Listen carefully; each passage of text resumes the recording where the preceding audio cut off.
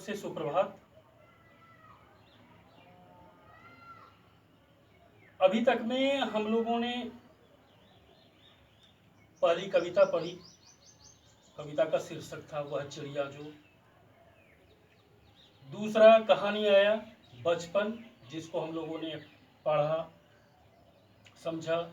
अब तीसरा एक कहानी आया है नादान दोस्त। तीसरा कहानी है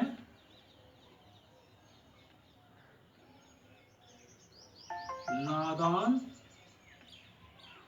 दोस्त।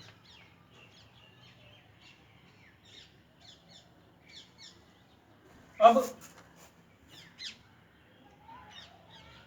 आइए हम लोग इस कहानी के बारे में जानते हैं। तो सबसे पहले हम लोग जानते हैं कि नादान का मतलब होता है नासमझ।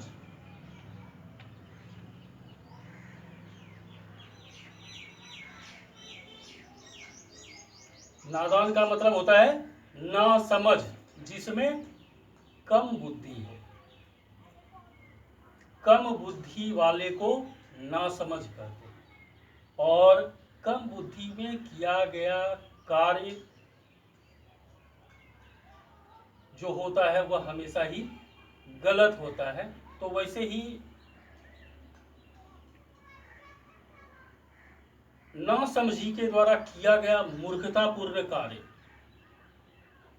कम बुद्धि के कारण किया गया मूर्खतापूर्ण कार्य नासमझ कहलाता है। दोस्त का मतलब हम लोग जानते हैं मित्र होता है, सखा होता है। तो हमारा शीर्षक है नादान दोस्त या फिर नासमझ मित्र। तो सबसे पहले कहानी आरंभ करने से पहले इसके लेखक के बारे में भी हम लोग जानते हैं। इस कहानी को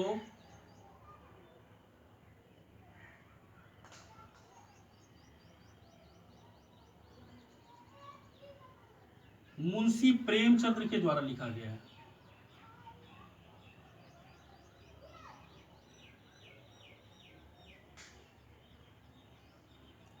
इस कहानी को किसने लिखा है, किसके द्वारा रचित है? तो यह कहानी मुंशी प्रेमचंद्र के द्वारा रचित है। यह कहानी बाल कहानी मुंशी प्रेमचंद्र के द्वारा लिखी गई। अब कहानी के लेखक के बारे में भी हमें पता लग गया कि इस कहानी को मुंशी प्रेमचंद ने लिखा है। तो आइए उनके ऊपर भी थोड़ा सा प्रकाश डाल लेते हैं कि मुंशी प्रेमचंद कौन थे। तो मुंशी प्रेमचंद कोई साधारण व्यक्ति नहीं थे। वह हिंदी और उर्दू साहित्य के महानतम लेखकों में से एक थे। प्रेमचंद का जन्म 31 जुलाई 1880 को वाराणसी के निकट लमही नामक गांव में हुआ था।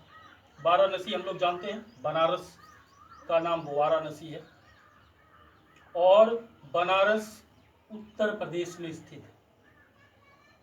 तो इस तरह से प्रेमचंद का जन्म उत्तर प्रदेश के बनारस शहर से 3-4 किलोमीटर दूर लमही नामक गांव में हुआ। उनके पिताजी मुंशी अजायब राय डाक मुंशी थे। डाक विभाग में साधारण सी नौकरी करते थे। और माता आनंदी देवी एक गृहिणी थी जो घर का कामकाज किया करती थी।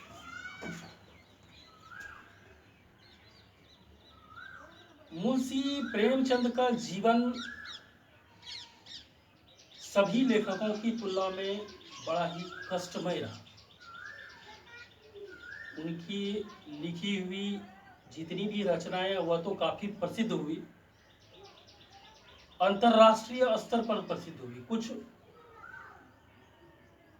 को फारसी में अनुवाद किया गया, कुछ को उर्दू में अनुवाद किया गया, कुछ रशियन लैंग्वेज में भी अनुवाद किया गया, कुछ को इंग्लिश में ट्रांसलेट किया गया। तो इस तरह से उनका जो उनके द्वारा की हुई रचना जो है काफी विश्वविख्यात हुई, पर उनका जीवन बड़ा ही गरीबी में बीता।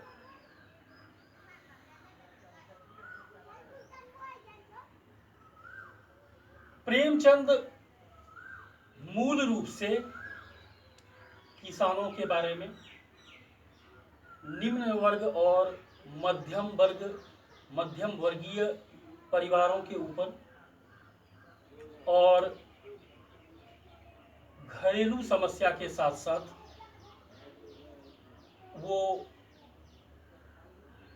ज्यादा कहानियां लिखी, उन्होंने ज्यादा रचनाएं की। तो हम लोग अब आगे बढ़ते हैं कि प्रेमचंद का जब जन्म हुआ तो उनकी प्रारंभिक पढ़ाई जो हुई वह उर्दू और फारसी भाषा में, उर्दू और फारसी के साथ उनकी पढ़ाई शुरू हुई।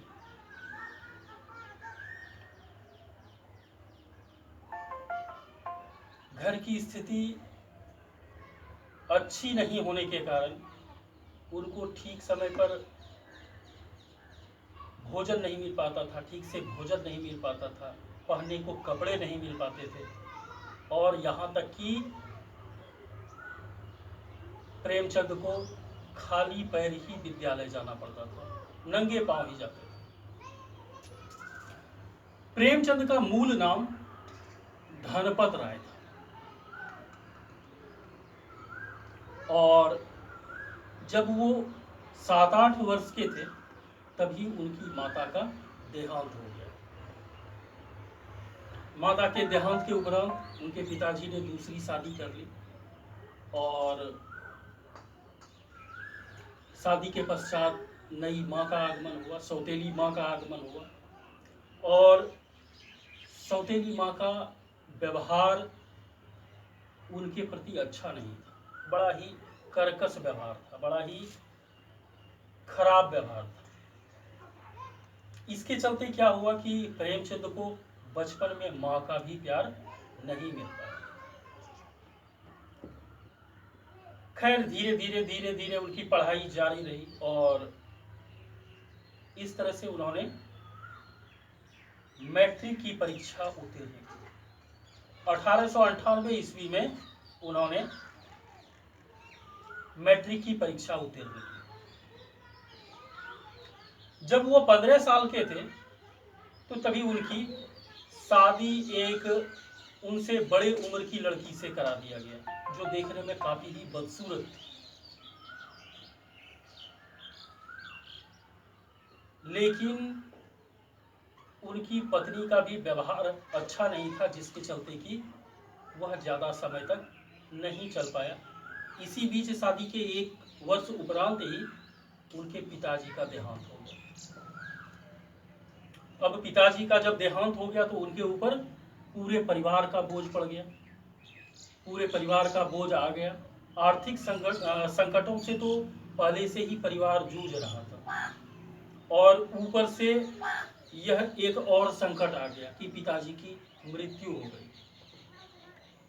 अब जब पिताजी की मृत्यु हो गई तो इनके ऊपर 5 सदस्यों का भार आ गया। एक प्रेमचंद खुद थे, दूसरा उनकी पत्नी थी, उसके बाद उनकी सौतेली माँ और उसके 2 बच्चे। तो इस तरह से 5 परिवार का उनके ऊपर बोझ आ गया।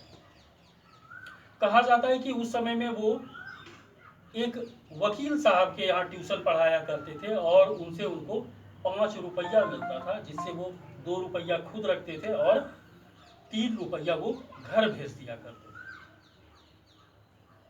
अब उस समय महंगाई तो हमेशा ही रही है, तब भी महंगाई थी और 2 रुपये में प्रेमचंद का जीवन यापन अच्छे तरीके से नहीं हो पाता था और महीने के अंत आते आते उनको आर्थिक परेशानियों को झेलना पड़ता था। तो इस तरह से फिर भी वो रचना में लगे हुए थे, पढ़ाई में अध्ययनरत थे।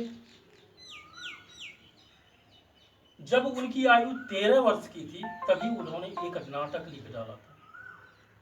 उस नाटक का नाम था हो